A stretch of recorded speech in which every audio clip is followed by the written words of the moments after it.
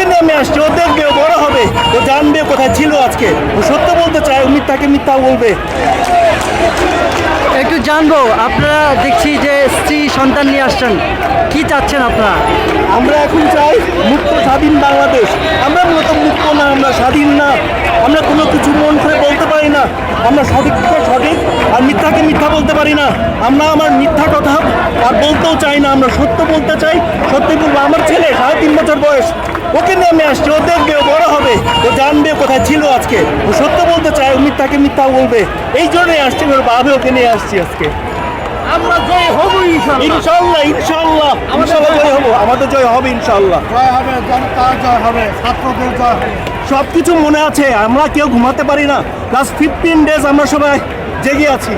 আমরা কেউ ঘুমাতে পারি না, খেতে পারি না, আজকে থাকতে পারি নাই। আজকে তো আমরা প্রাইভেট জব করে, আমাদের তো সম্ভব না আসা। তো আজকে শুক্রবার, আমার ওয়াইফ, আমি, আমার ছেলে, আমরা সবাই চলে আসছি। আমাদেরকে সবাই বারণ করছে, কিন্তু এই বারণ করলে তো আমার ছেলে ভালো থাকবে না, আমি তোর বাবা, তাই না? তো আজকে চলে আসছি। আমরা আসলে ভবিষ্যৎ প্রজন্মকে জানাতে চাচ্ছি যে আমরা আসলে শুধু কোটা আন্দোলন না, কোটা আন্দোলনের বাইরে এখন আমাদের যে দাবি দেওয়া, এগুলো সব মেনে নিতে হবে। স্টুডেন্টদের সাথে আমরা একসাথে আমরা আশা করি সরকার এটা হচ্ছে মেনে নিবে। এই জন্য আমরা এরকম করছি, এরকম আদেশ করছি, আমরা চাই এটা।